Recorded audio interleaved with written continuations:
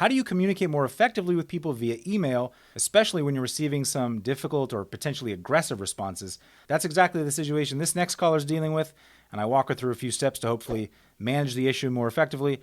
Please remember to hit the like button and subscribe to my channel to hear me coach more live callers just like this one.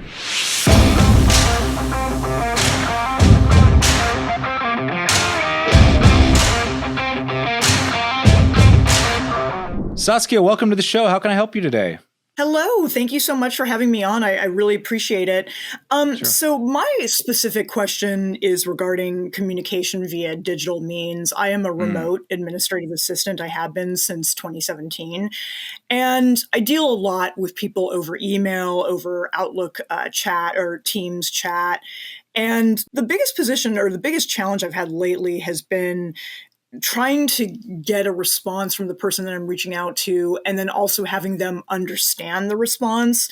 I don't know if I'm not being succinct enough in my communications to people, if I'm maybe being a little bit overly wordy. I do have a tendency to do that.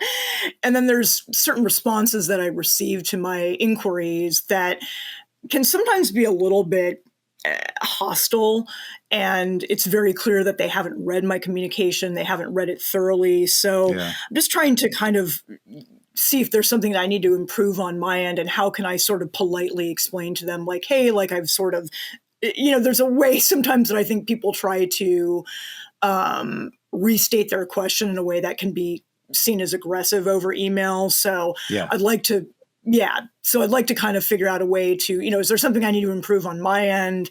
And how can I sort of politely explain, like, hey, I've sort of stated this in the previous email, without saying, if you read my previous email, you would know this. Yeah. We find ourselves in a very interesting time where there's so many different modes of communication, and people have different preferences as to how they communicate. Some people really prefer to communicate via phone or in person or text or email. So it's hard to figure out what everybody's preferences are. And so if your preference, or if you're very comfortable on email, and especially on sort of long emails with lots of information in it, some people aren't, and they're not always good at either reading it or comprehending it or really taking in all the information. And so you might get a very either curt answer back, which feels kind of hostile, or you might get like an answer, but that it doesn't answer all your questions. And then you have to go back and say, yeah, but what about that question? Right. And it gets confusing. Yeah. It's tough. I find, for me personally, I'm in the same boat. I think a lot of us are in the same boat, trying to communicate in different ways. I try to keep my emails as simple and concise as possible. If I want to ask a question, I'm going to do my best to ask it like with one sentence and not with a bunch of explanation. And if I have got 4 or 5 questions, depending on who I'm interacting with, I may send those questions, or I may say, hey, can we jump on a phone call? So, because I have a few questions, get on a phone call, write down the answers, and then tell them, hey, listen, based on all that we've talked about, I'm going to send you a little recap just so we'll make sure we're on the same page. Talking on the phone is so much clearer because now we have tone, and tone, it's such a big part of communication. Without tone, we're not clear on what tone is. And so we make assumptions about tone, and we fill in the gaps in our minds with how we think someone is interacting with us. So I would recommend keeping it very concise on email or especially on text, but especially like email, very concise.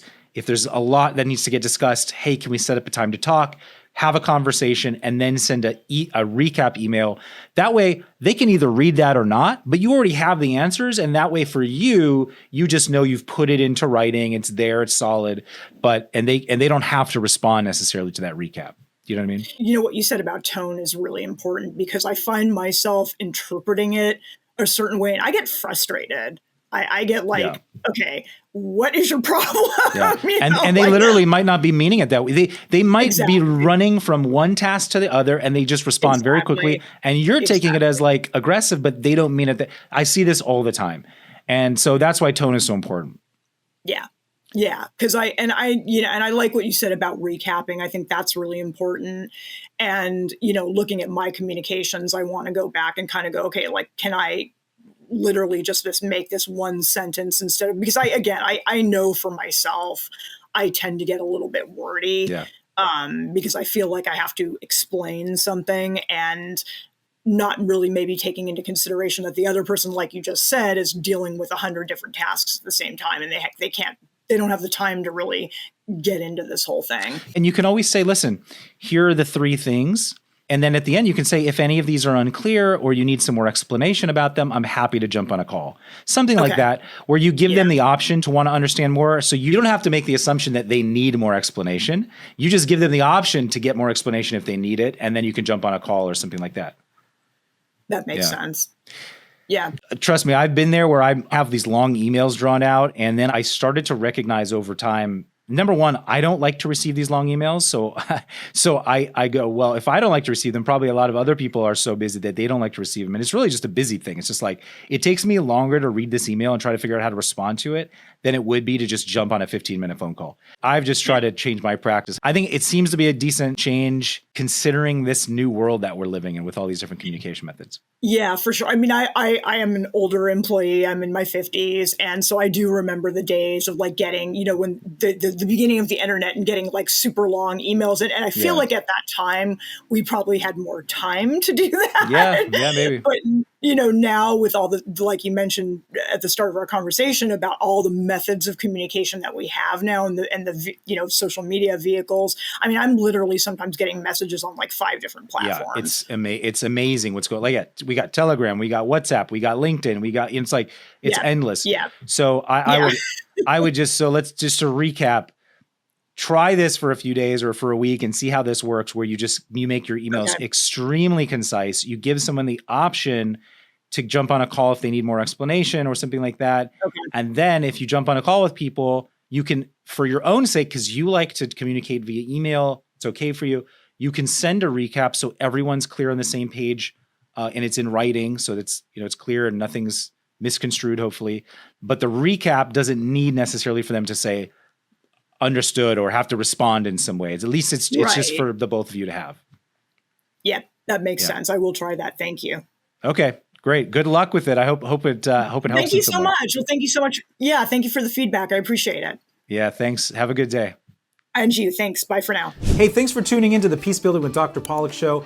Don't forget to subscribe to my channel for more workplace conflict advice. Share on social media if you think your friends and colleagues would benefit from this episode.